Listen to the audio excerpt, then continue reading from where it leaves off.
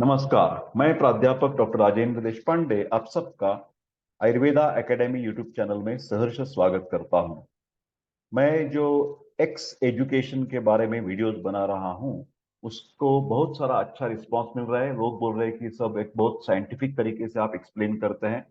तो जो शब्द मैं इस्तेमाल करता हूं यहाँ पर लिखा हुआ है। यूट्यूब के जो कुछ नीति नियम है उसके अनुसार मैं इसका प्रोनाउंसिएशन या लिखने का जो तरीका है वो अलग तरीके से लिख रहा हूं। मेरे ख्याल से समझने वाले को इशारा काफी होता है।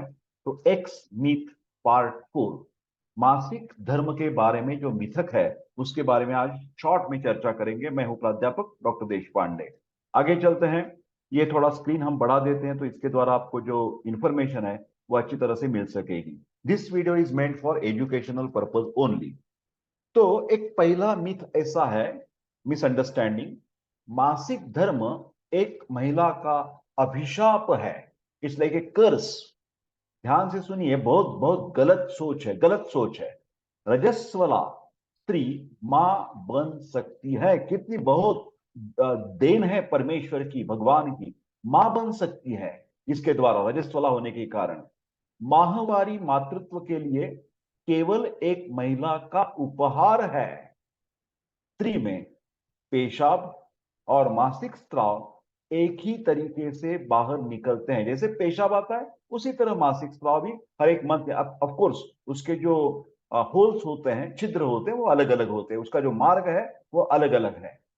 यूरेथ्रा यूरिन पास करने के लिए होता है। जो यूरेथ्रा नाम का जो अवयव है वो उसके द्वारा पेशाब पास हो जाती है। मूत्र मार्ग से होकर जाने वाले मार्ग को मूत्र मार्ग कहते हैं। मासिक धर्मस्राव योनि के माध्यम से उत्सर्जित होते हैं। योनि से होने वाले मार्ग को योनि द्वार कहते हैं। मूत्र मार्ग और योनि दो अलग अलग हिस्से हैं, ये समझने की कोशिश कीजिए। आगे चलते हैं। एक अलग मिसअंडरस्टैंडिंग ऐसा है कि मासिक धर्म के दौरान दूषित रक्त निकलता है। गलतफहमी है, मिसअंडरस्टैंडिंग है, गलत सोच है। और उसके आगे क्या कई लोग क्या बोलते हैं कि ऐसी स्त्री, मतलब जिसका मासिक धर्म अभी चालू है, ऐसी स्त्री की छाया पड़ जाए तो अन्न की बर्बादी होती है, फूल मुरझा जाते हैं। ये बहुत बहुत गंदी सोच है। असल में क्या है, मासिक धर्म का रक्त दूषित नहीं होता है। प्रकृति ने निषेचित बीज को, मतलब ओवम जो होता है ना, पोषित करने के लिए गर्भाशय में एक परत बनाई है। ये पोषक परत जब बेकार हो जाती है, क्योंकि निषेचित बीज का उत्पादन, रिप्रोडक्शन नहीं होता है, तो मतलब स्त्री और पुरुष बीज का संयोग जब नहीं होता है तो ये जो परत है वो बेकार हो जाती है, उसका कोई यूज ही नहीं है। तो ये टूट जाता है और मासिक स्राव के रूप में बाहर आता है। यदि निषेचित बीज, मतलब ओवम आया हो, तो जो फर्टिलाइज्ड जो प्रोडक्ट है वो आता हो, तो इसी परत पर, मतलब जो बच्चा पैदा हो जाएगा, तो ये यूटेराइज जो होता है ना, उसी परत पर, गर्भाशय के शैया पर उसका पोषण होता है। तो यहां कहां पर दूषित रक्त का सवाल आता है? कोई भी दूषित रक्त नहीं है वहां पर। ठीक है, आगे चलकर आगे की बात बताएंगे आपको क्या लिखा है। आगे चलते हैं। गर्भाशय आकार में त्रिकोणीय होता है, इट्स लाइक ए ट्रायंगल। अंतर यह है कि गर्भाशय का मुंह नीचे की ओर होता है। माली घड़े तो मिट्टी से भरकर तैयार रखता है। आप तो जानते हैं कि माली का गार्डनर क्या करता है, घड़े को मिट्टी से भरकर तैयार रखता है और बीज मिलने का इंतजार है। यदि बीज न मिले तो मालिक की हुई तैयारी व्यर्थ हो जाती है। एक एक शब्द ध्यानपूर्वक सुनिए। एक बार बीज प्राप्त हो जाने के बाद पहले गमले की मिट्टी को खरपतवार के साथ हटा दिया जाता है और गमले में नई मिट्टी भर दी जाती है।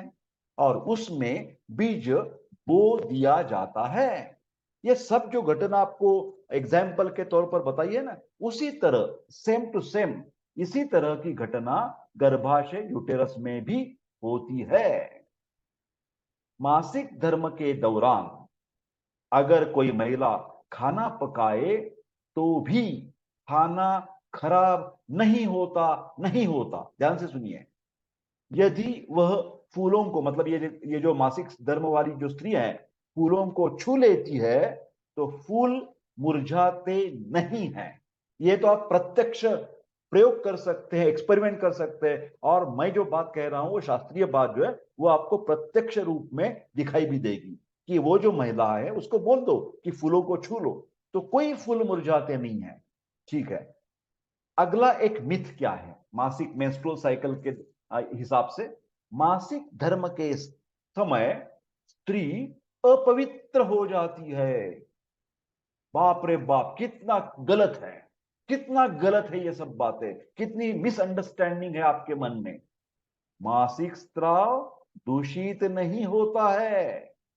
इसमें कीटाणु, माइक्रो ऑर्गेनिजम्स, बैक्टीरिया, वायरसेस नहीं होते हैं। इसलिए गंदगी का सवाल ही नहीं उठता। क्यों आप कह रहे हैं कि मासिक धर्म के समय स्त्री अपवित्र होती है? बिल्कुल नहीं होती है।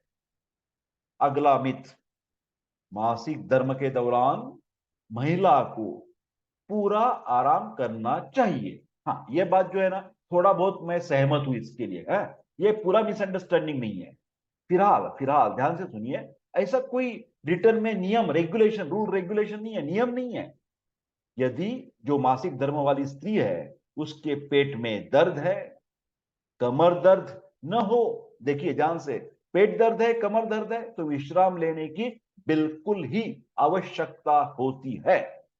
जो फैमिली मेंबर्स है, कुटुंब के लोग हैं, पति हो या बच्चे हो, उन्होंने उस स्त्री की कदर करनी चाहिए कि उसमें पेट दर्द हो रहा है, उसमें कमर दर्द है तो बिल्कुल विश्राम लेना चाहिए। फिलहाल कई स्त्री ऐसी होती है कि कोई उनकी तकलीफ नहीं है, बिल्कुल ही तकलीफ नहीं है, पेट दर्द नहीं है, कमर दर्द नहीं है, तो वो स्त्री दैनिक क्रियाकलाप करने में कोई परेशानी नहीं होती है। वो खाना पका सकती हैं, वो ऑफिस जा सकती हैं, वो स्टडी करने के लिए स्कूल या कॉलेज में जा सकती है, कोई दिक्कत नहीं किधर आराम करने की। फिलहाल कुछ तकलीफ हो, शारीरिक तौर पर कुछ तकलीफ हो तो बिल्कुल विश्राम करना चाहिए। तो ये सेंटेंस 50-50% में मैं कह सकता हूं कि थोड़ा सा मिसअंडरस्टैंडिंग है, थोड़ी सी बात सही भी है। ओके, तो my dear friends, this was the short explanation about जो भी मिथ्स होते हैं एक्स के बारे में। एक्स एजुकेशन की डॉक्टर देशपांडे बात करते हैं। आपको किसी को भी ईडी, प्रीमैच्योर इजैकुलेशन, इनफर्टिलिटी, स्वप्न दोष, any x problem, you can directly, आप कृपा करके फोन मत कीजिए, व्हाट्सएप कर दीजिए 9226810630। फिलहाल ये सब इंफॉर्मेशन कौन सी भी बीमारी में यथावश्यक यथाकाल वैद्य की सलाह लेना जरूरत है। कृपा करके ऐसे एक्स एजुकेशन के वीडियोस आप जरूर लाइक कर दीजिए, शेयर कर दीजिए, आपकी कमेंट दीजिए और मेरा चैनल सब्सक्राइब भी कर दीजिए। बहुत बहुत धन्यवाद। भगवान आपके ऊपर कृपा रखे। धन्यवाद।